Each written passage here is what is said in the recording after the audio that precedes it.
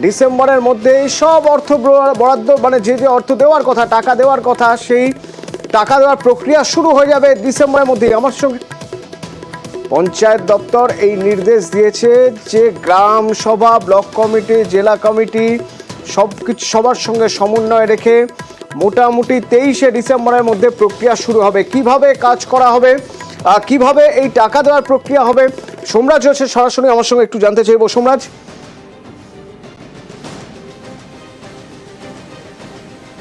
দেখো, পঞ্চায়েত দপ্তর যে নির্দেশ বিভিন্ন জেলাগুলিকে দিয়েছে সেখানে বলা হয়েছে 23শে ডিসেম্বরের মধ্যে যাবতীয় প্রস্তুতি সেরে রাখতে ফান্ড রিলিজ করার জন্য। অর্থাৎ এই আবাস যোজনার অধীনে যে বাড়ি যারা পাবেন, যে উপভোক্তাদের তালিকা চূড়ান্ত হবে, সেই তালিকা অনুযায়ী যারা বাড়ি পাবেন তাদের 23শে ডিসেম্বরের মধ্যেই যাতে টাকা দেওয়ার প্রক্রিয়া শুরু করা যায় সেই প্রস্তুতি নিয়ে রাখতে জেলা প্রশাসনগুলিকে নির্দেশ দিয়েছে রাজ্য পঞ্চায়েত দপ্তর। রাজ্য পঞ্চায়েত দপ্তরের তরফে যে নির্দেশিকা পাঠানো হয়েছে সেখানে বলা হয়েছে যে এই টাকা পাঠানোর আগে 3টি পর্যায়ে অ্যাপ্রুভাল অর্থাৎ অনুমোদন দেওয়া হবে। প্রথম পর্যায়ে দেবে গ্রামসভা, তারপরে দেবে ব্লক লেভেল কমিটি এবং তারপরে দেবে ডিস্ট্রিক্ট লেভেল কমিটি। কবের মধ্যে এই অনুমোদন দিতে হবে তারও নির্দিষ্ট সময়সীমা দিয়ে দিয়েছে রাজ্যের পঞ্চায়েত দপ্তর।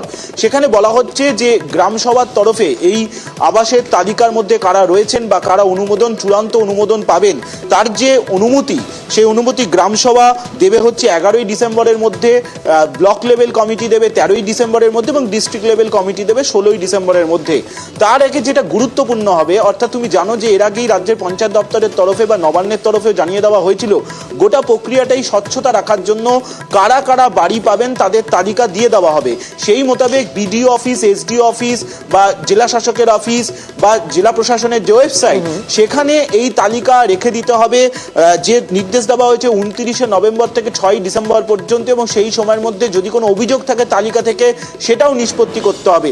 রাজ্য পঞ্চায়েত দপ্তরের তরফে ফের এই গাইডলাইন দিয়ে দেওয়া হয়েছে জেলাগুলিকে এবং স্পষ্ট বলে দেওয়া হয়েছে 23শে ডিসেম্বরের মধ্যেই প্রস্তুতি নিয়ে রাখতে, যাতে বাড়ির যারা তালিকায় থাকবেন, আবাস যোজনার অধীনে যারা বাড়ি প্রাপকের তালিকায় থাকবেন তাদের অর্থ বরাদ্দ করার প্রক্রিয়া যাতে শুরু করা যায় সেই মতো প্রস্তুতি নিয়ে রাখতে হবে জেলা প্রশাসনগুলিকে। ধন্যবাদ সোমরাজ। এর আগে